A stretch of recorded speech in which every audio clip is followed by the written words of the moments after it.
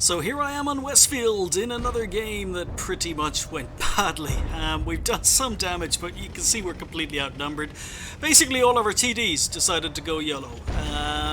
Our lower tier heavy tanks, they all rushed in and died. We're completely outnumbered here. We've got a tortoise that pretty much ignored most of the enemy team and decided to go on a tour through the middle of the village. We've got a Jagdpanther 2 that's completely ignoring what's happening in the north of the map, and he's aiming at tanks down on the 9-0 lines. And we're just outnumbered. We are completely and utterly outnumbered up north. Our 50B is on a reload. Our Jagdpanzer E100 still on full health, but he's basically hiding behind because Artie is in play, and I'm trying to do my best here. And then Artie basically takes all my health away. It's not a good game. It is not a good game. I'm trying to ace the IS-7, but I'm also trying to do the heavy tank mission where I get block 3 times the amount of damage as the hit points of my vehicle, and it's not going very well. In fact, my IS-7 career so far has been quite poor. I haven't had any amazing games in the IS-7 yet. I've had good ones, but I haven't had amazing ones, and I've had lots of bad ones. But I've lost all my friends here, and we've got a Leopard PTA. I'm going to pause it here, because if you look on the minimap and you see a Leopard PTA, now he was doing some good support. He was doing some good support from back here, just camping the ridgeline, using bushes, shooting tanks that were coming to attack me, but it wasn't enough. It wasn't enough to save me. So I thought the Leopard PTA was playing quite well. And then this happened. The Jagdpanther 2 spends the entire game shooting at tanks on the 0 line, completely ignoring what was happening behind him. And our Leopard PTA starts asking for help and is not shooting any of those low health tanks in front of him. I mean, they're all one-hit kills, but he's not shooting them. He's just sitting there asking for help. Our Jagdpanther 2 decides to run for it, rather than turning around to try and shoot the low health tanks behind him. And our Leopard PTA decides to run away. Instead of being in a strong position using bush mechanics, our Leopard PTA is running away, and I'm going, why are you running away, dude? Why?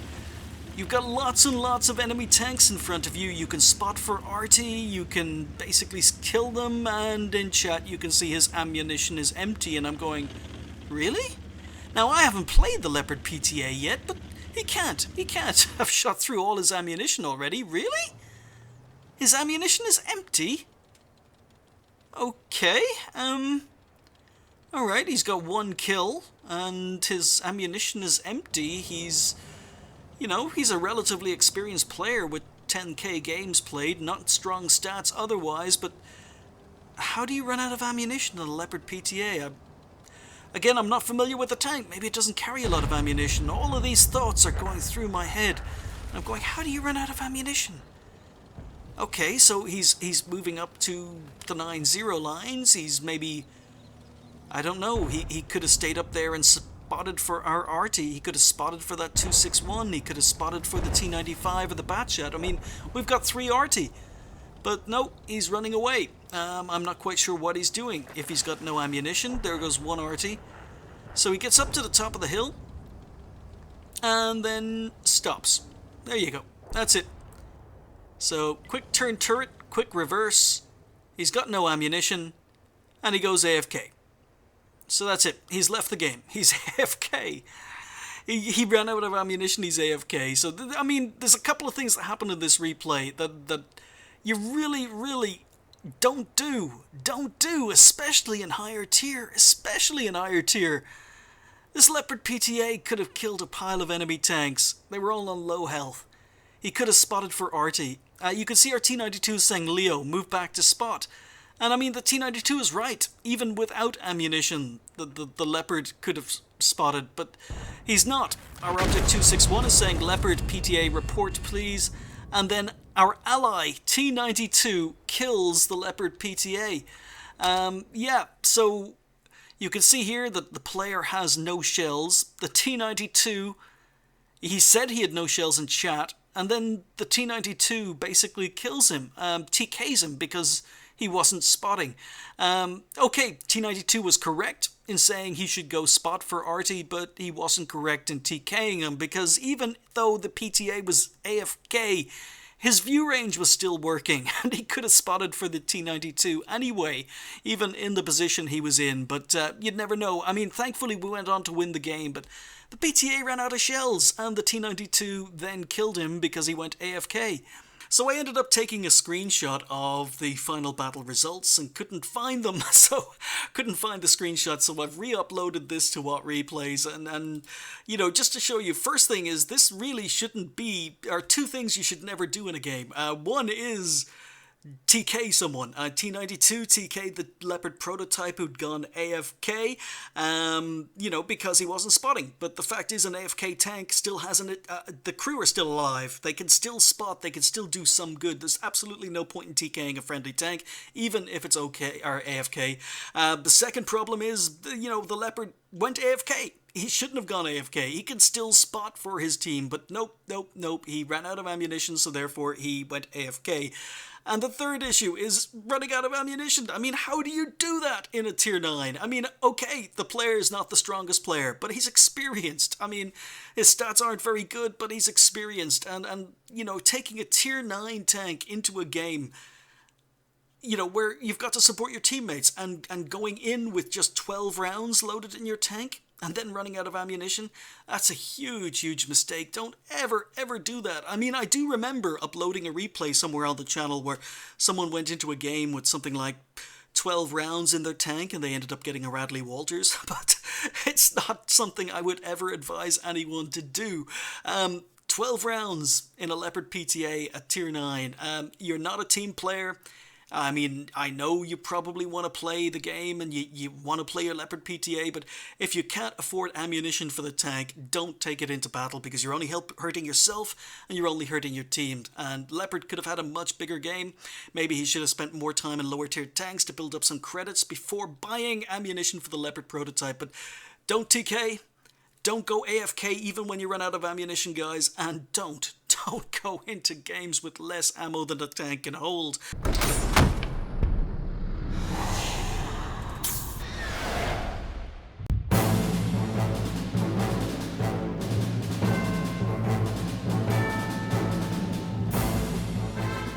Hi guys, and welcome to the Ace Tanker for the KV-3, a tank that I rebought in order to get an ace, and now it's been done, I'm probably going to sell it again. Yeah, it's another one of these horrible tanks that I haven't been enjoying playing, and I just only rebought it to buy the ace. It's just, the first time I played the KV-3, I was still a relatively new player, because basically I started with the Germans, and I got up to tier 7 on most of the German lines, and then the grind started to slow down, as it does the higher tier you get, and I decided I was going to go up the Russians next, so it took me maybe 2 days to get to tier 7 on the KV-3 line, so I was still a relatively new player, and I didn't know what I was doing first time round, and I consequently never got an ace in this tank by the time I'd ground through it and moved on to the KV-4, but I've rectified that now, and just doesn't impress me. I don't remember the tank being as bad when I played it first time round. I thought, yeah, okay, it's just a tank I grind through, but it is bad. It is bad. It's completely outclassed by the IS. So I'm popping into Tanks GG. I've got the KV-3 up here, I've got the IS regular in-game tank, and we've got the IS-2, which should be in-game, and the IS should be a premium, but I've already gone into that during the IS-2 review. The IS-2 being a Berlin Quartet tank that's currently on sale in the gift shop right now, at least here on the EU server. So the IS-2 was a production tank, the IS was a test bed, basically a prototype, and KV-3, yeah, another prototype that basically was never built. But I'm going to go into all of that in another video.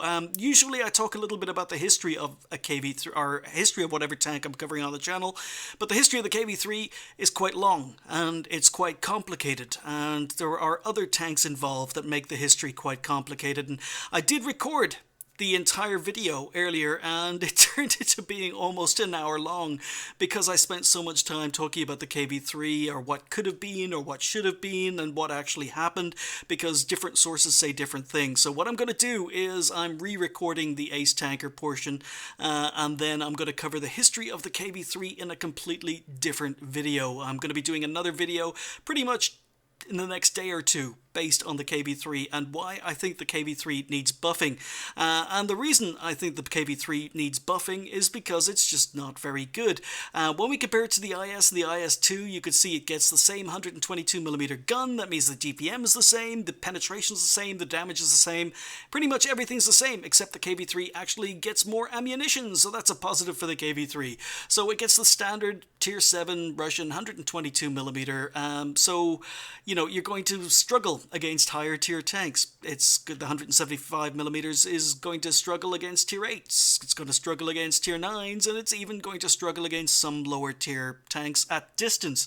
The accuracy is not good, but the only good thing here is the alpha damage, which means that you can potentially one-hit kill lower tier tanks because this can see Tier 5s when it's top tier.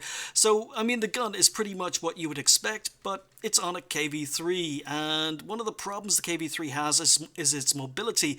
The mobility of the IS and the IS-2 means that the gun is a little bit more flexible, and you just don't have that flexibility on the KV-3, but we'll get into that when we talk about mobility. When it comes to gun handling, the actual gun handling, even though it's the same gun, is worse on the KV-3 than it is on the regular IS in-game.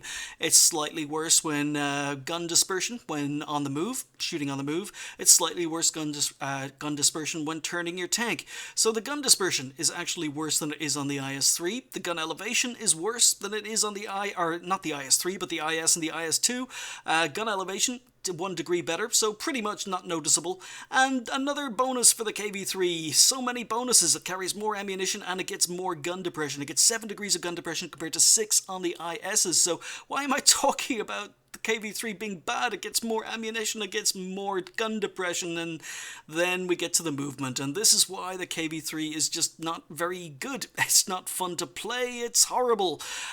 We get a decent top speed for a heavy tank of 32 kilometers an hour, but it's slower than it is on the IS, which gets both IS variants at 34 kilometers an hour.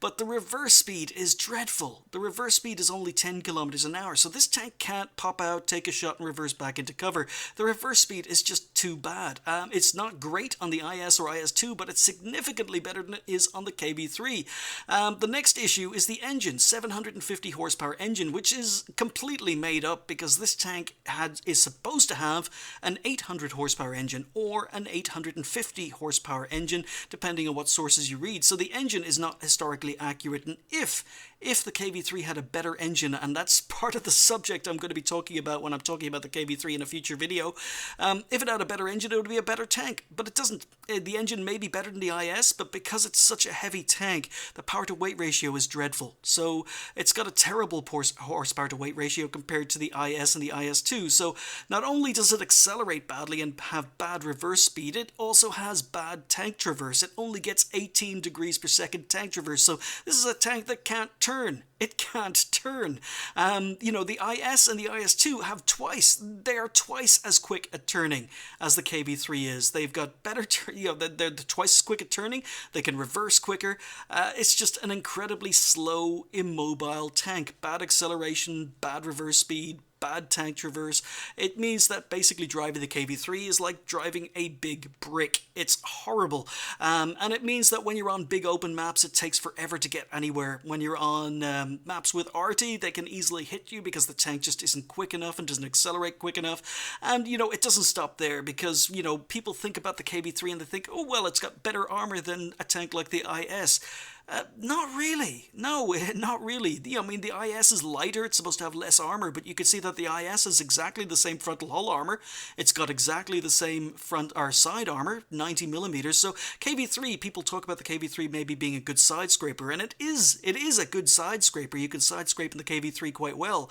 Problem is that the IS is almost as good at side scraping as the KV-3 is, and it's faster and more maneuverable, so you can get into those side scraping positions quicker than you can in an IS-3 or KV-3. The KV-3 has 90 millimeters of rear armor, which is more armor than the IS does, which is about the only bonus, and its armor looks much, much better than it does on the IS-2 because it gets 120 on front compared to 100, 90 on the rear compared to 60. But that doesn't even tell the whole story.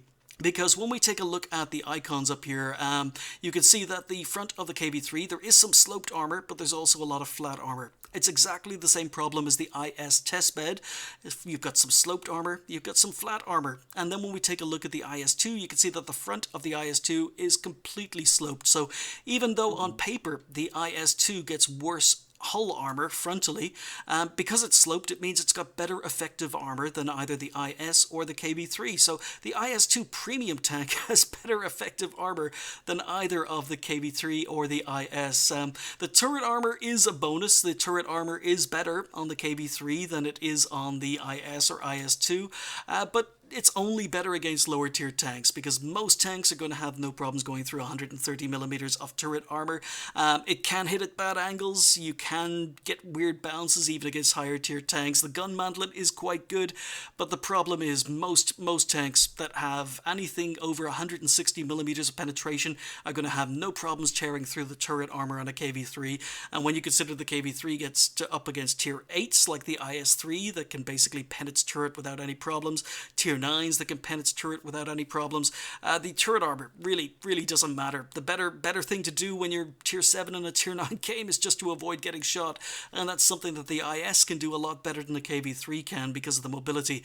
It does get slightly more hit points than the IS or the IS-2, but its view range is worse. It only gets 340 meters of view range compared to 350 on the IS and the IS-2. So overall, I mean, it gets to carry more ammunition. It gets 1 degree more gun depression, but it's incredibly immobile compared to the IS's, and the view range is worse, and the armor really isn't that special when you consider that it's part of the heavy Russian line of heavy tanks compared to the light heavy line of Russian tanks. The armor isn't that much better than the IS's. In fact, it's only the rear armor that's better and the turret armor that's better, and that's only effective when it's top tier. So really, it's quite underpowered as a tier 7 heavy, especially when you compare it to tanks like maybe the T-29. But I don't have to worry about things like that because I'm here on Siegfried line in a tier 7 game, and I'm top tier again. So this is very similar to the T-34-100 replay, where I was basically saying, okay, the penetration when it's top tier is fine. It's just the penetration is going to lack against higher tier tanks. Exactly the same problem the KV-3 has. This is a tank that basically can't snipe. So you're going to be brawling. You're going to be up close and personal. And when you're up close and personal in a top tier heavy tank, it's fine. But when you're up close and personal against higher tier tanks, you've got to basically be a support tank, and quite often, you know, the penetration and the armor just isn't going to work. So anyway, as I say, I don't have to worry about that on Siegfried line. 1 RT in play, I'm top tier heavy, and because I'm top tier heavy, I'm going to be aggressive, and that's what you need to be when you're top tier.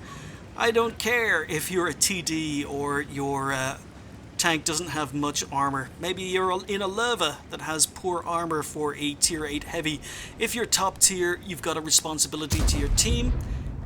Once, you know, one day, one of those shots across towards the enemy spawn is going to kill a tank, and you're going to see a snapshot. But not today, KV-3. So we're advancing into town because that's where heavy tanks need to be, especially if they're top tier.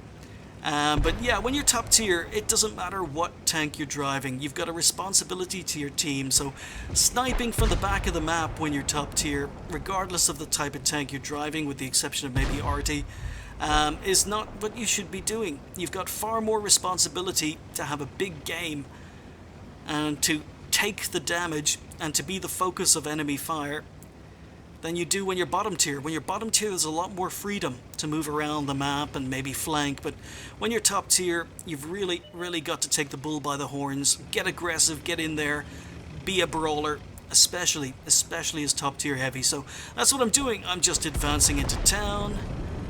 Those explosions always get me. They always get me. More explosions coming up. Yeah, I always think I'm being shot at or I'm being focused by RT when I drive over those shells. But we moved up to this corner. It's a decent corner where you can sometimes ambush tanks that are working that corner without them realizing you're there. But no sign of enemy tanks, and then I see a 34-100 and I'm wondering, oh, nope, never mind, T-37. And the armor, when you're top tier, is effective. That's a low roll for the gun, low alpha roll, but you can see I'm side scraping, I'm angled. T-37 doesn't last very long, so I haven't taken any damage, and there's an Arl up here, and as I say, this is why I move up to this corner, because you can get sneaky shots into the side of an Arl 70 or 44. This is a very tier 7. Even though I'm top tier, I should point out that over half the tanks on either team are tier 7. So it's a very, very equal matchup. I mean, it makes it sound easy as if, you know, I'm top tier. But as I say, most of the tanks on either team are tier 7. So it's a very, very equal battle. But we finished the Arl with another side shot, and now I'm going to move up to side scrape. But just the tank is so slow, it accelerates so slow. Look how slowly I'm reversing here to try and side scrape. If I was in an IS, I would have been able to get into position, side scrape, and get a shot into that T-34-100 before he could get into cover. But this guy's quite clever. He waits for me. I take damage because he's got 175mm of penetration on his gun as well.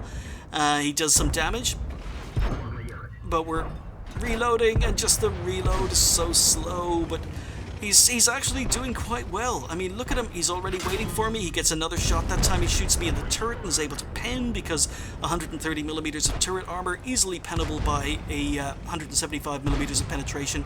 We ram the Black Prince for some extra damage while we're reloading, and now I'm focusing the Comet down. I'm not focusing the Black Prince, I'm focusing the Comet, because the Comet's a tank that can get to my side and rear, whereas I've got the Black Prince exactly where I want him. But he put a shot into me. I can finish off the Black Prince because the Comet is not focused on getting to my side and rear. Comet isn't even interested in shooting me, so, you know, we can just play, and I get shot by a friendly. Yeah, take more damage, lose a lot of damage, or lose a lot of health with a shot from the friendly. I'm sitting right in front of the enemy tank, and he still takes the shot. But we're able to finish off the Comet. We're up to 2.7k damage, playing again aggressively. Panzer 4H, this is a tier 5. We can technically one-hit kill this guy if we get a very high roll. But someone else gets some more damage in, and for once, this gun is incredibly inaccurate at shooting at distance. Now I've got a Panther M10 shooting me from the rear, but I'm angled. Artie's aiming for me, but look at the aim time, look at the reload. He misses. We're able to finish him off with a not fully aimed shot. There's kill number 6, and look how slow the tank is to turn. I've got to turn on a hill. 2 enemy tanks left. They're both over to the north.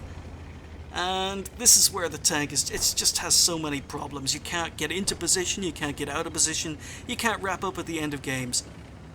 So, I mean, the score is 13-3. This is a very, very easy win. But, you know, we're up to 3.3k damage. We've done 6 kills, or gotten 6 kills. And that's what you need to do when you're top tier heavy. No sniping at the back. No camping. Be aggressive. Be on the front line. Bully lower tier tanks. I mean, that's the job of higher tier tanks. You've got to bully lower tier tanks. Use your armor, use your aggression. So sitting at the back and sniping when you're top tier, nah, not for me. Anyway, we're moving forward, and as I said, the tank just too slow to get any damage out of the end of the game. So another one bites the dust. I rebought the KV-3 to ace it. I did it, but I didn't have a lot of fun doing it. This is a tank that seriously needs some buffs, and I'm going to be talking about that in a future video. Unless it gets buffed, I don't see a point in keeping this tank in my garage, because the IS is just better. And I don't see a point in keeping the IS in my garage because the IS-2 Premium Berlin Edition tank is just as good as the IS. So yeah, I don't have an IS anymore, and I'm probably going to end up selling the KV-3. But as I say, this is a tank that needs a buff, and I'm going to go into the history of the KV-3 and maybe talk about why it needs a buff in a future video. But first ace of the tank, and probably the only one I'm going to get, high caliber top gun, top tier, city map. You know, it wasn't that difficult, but problem is you got so many games in this tank were on big open maps where there was lots of RT, and this tank is just too slow. It's an RT magnet. On top of that, the gun very ineffective against higher tier tanks. Even maps where I was top tier, unfortunately getting focused by RT, or just not a map that suited the tank. So I think the KV-3 is very situational. It needs a nice city map. where arty isn't going to be a problem. It needs a lot of lower tier tanks that you can really bully, and thankfully that scenario happened in that game. 3,310 damage done, 6 kills, 1390 XP overall, 11 shots fired, 10 hits, 10 pens. So the penetration is just like the 34-100. It's great when you're top tier, but it's still going to struggle against higher tier tanks. So happy with the damage, and all of those shots. Wasn't doing any sniping. The KV-3 is terrible at sniping, just like the IS is. Sometimes you get Russian accuracy, but most of the time the KV-3 is horrible at shooting over distance. So you got to alleviate that problem. You've got to shoot at close range. When you shoot at close range, accuracy isn't an issue. Spotted 3 damage, 7 destroyed 6, did almost 800 assistance damage, and finished up with 45,000 credits, which isn't too bad.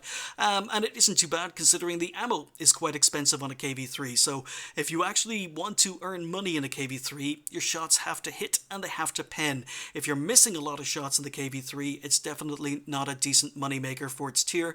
Roughly about 2,000 XP overall on the ×2 first game of the day left me on 4,000 XP. So yeah, KV-3, it's done, it's dusted, it's another one out of the way, but it's another one of these tanks that I just didn't enjoy playing. It seriously needs a buff compared to the IS, or compared to other tier 7 mediums, or tier 7 heavies like the T29, even the Oni. I would much rather be driving the Oni over the KV-3. I think this is a tank that time forgot. I think it's suffered from power creep and it's not historically accurate, and I'm going to go into all of that in another video sometime over the next couple of days. But anyway, the ace is done. Let me know what your thoughts on the KV-3 are, if you've played it or are playing it and have played the IS and can compare them. Thanks for watching. I'll see you next time.